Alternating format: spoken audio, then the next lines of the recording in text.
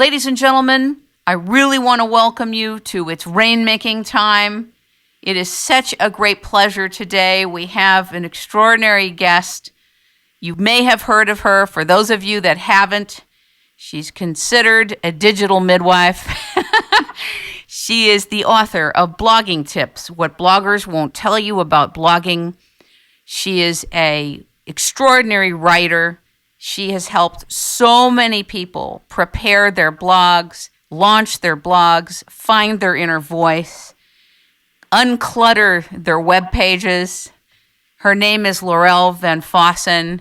She has a fascinating life, and she's somebody you want to be following, paying attention to, reading. Ladies and gentlemen, please welcome to It's Rainmaking Time, Lorelle VanFossen. Hey, Kim. Thank you for letting me be here. First of all, ladies and gentlemen, I want you to know that we just launched our broadcast blog, It's Rainmaking Time, on December 7th of 2009. After about a year and a half of agonizing over what blog software to use, finally selecting WordPress, then agonizing over what theme to use, and then sorting out how do you set this up so that it benefits everybody involved.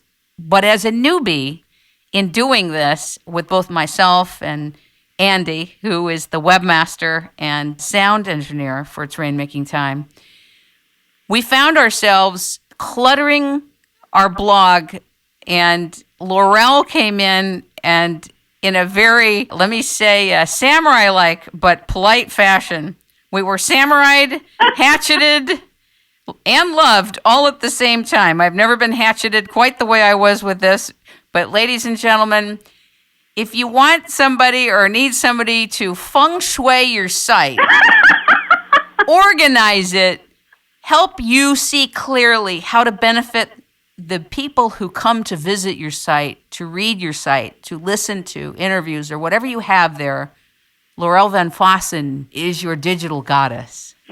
Lorelle, you have changed my site drastically, and I know it's only the beginning. Talk to us about your background. What led you to write the book? What led you into this type of work? Oh, wow. All in 1 minute, Lorelle. All in 1 minute. It started with A, B, C, and then I discovered there was other letters afterwards, and I kept chasing them and spent the rest of my life trying to anagram all of those. Now, I've been fascinated with the written word since I learned to read very, very early. I was a little prodigal. I can't even say how's that for chasing words. A prodigal child. She can't talk, but boy, can she write. Look out, everybody. Yeah. Just duck now before anything hits you. Quick. But I've always been fascinated with the written word, and through music, through storytelling, through writing, through books and novels, fact fiction, all the different layers. And that's been a running theme through my whole life, is this communication process that is semi-permanent, and in many respects, very permanent. We have writings going, the Dead Sea Scrolls, we have biblical writings, we have, carved in stone writings. Writing is quite a permanent thing. And I'm also fascinated with photography, which is also, we don't have time travel and we don't have the ability to stop time except with a camera. We can capture a moment and preserve it forever. The same thing is with the fascination with the written word. So but I come from a family and a cultural ethic that says, well, you can't make a living as an artiste. And, you can't make a living as a writer. You can't make a living as a photographer. So I did a lot of other things, became a famous business person, did all kinds of business, corporate, hated every moment of it. And meanwhile, I was still writing. I was, publishing articles. I was writing press releases. I was doing all of these things. And writing kept being there with me all the way through. And when the web, I worked in the earliest days of web development with ARPANET and with the University of Washington and the whole development of the Internet as it is today. And I saw it in its earliest days as a way to not only just communicate with people, no matter where they were in the world, but to also preserve writing in a very interesting and fascinating way, as well as share it and exchange it. So it was a natural progression to want to preserve that, and through HTML, the development of web pages, that we were able to actually preserve our words in a digital form that could be read by anyone, not just someone who could get access to our letters or to our books. We had a much broader reach. It was very, very exciting. And I still, as I've watched, I've been working with the webs. I had one of the first websites in the world. It's called Camera on the Road. It's still alive, still moving, and has morphed, over the years.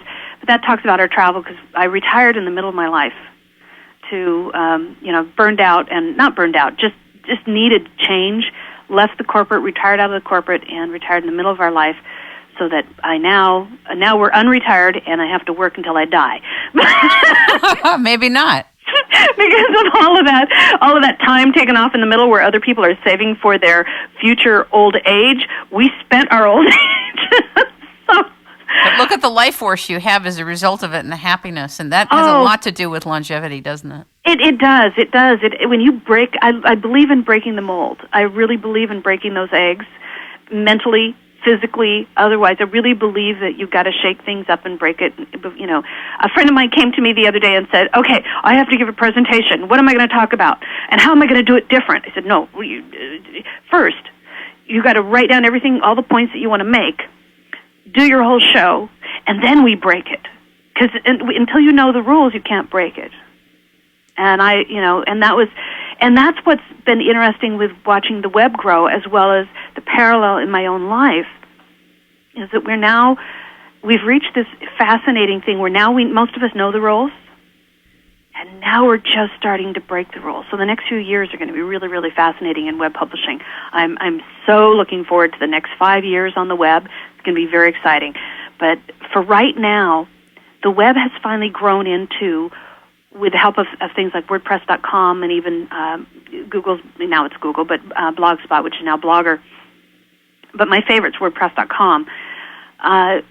You now have the ability to have your voice heard, to share opinions, ideas, your talents, whatever it is, know how to, if you're an expert spoon maker, if you're a good gardener, or you just know how to do herbs and nothing else, or you're great at corn, whatever your specialty is, whatever your hobby is, whatever your interest is, you now can share it with the world for free.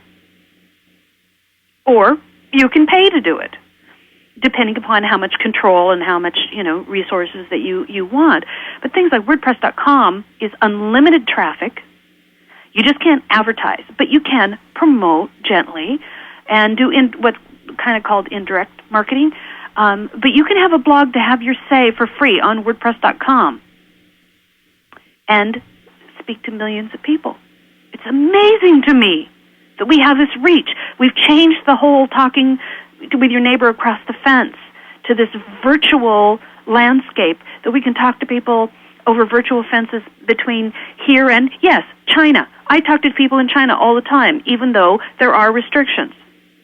But I'm talking to people in Russia and South America and Australia, all over the world. I have a business partner in Denver, one in Australia, one in Netherlands, and a couple in Lebanon that I work with on a daily basis. Is this writing? When you say a business partners, is this on a writing level, or is this in publishing? Or I do now a lot of production work, a lot of publishing work behind the scenes.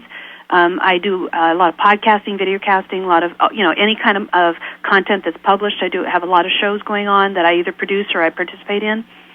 So for business partner means clients, means people that we have own companies together, so that we're producing online content. That's wonderful. So it's all over. For example, I'm very involved with Bitwire Media that produces a variety of shows, including the WordCast Network.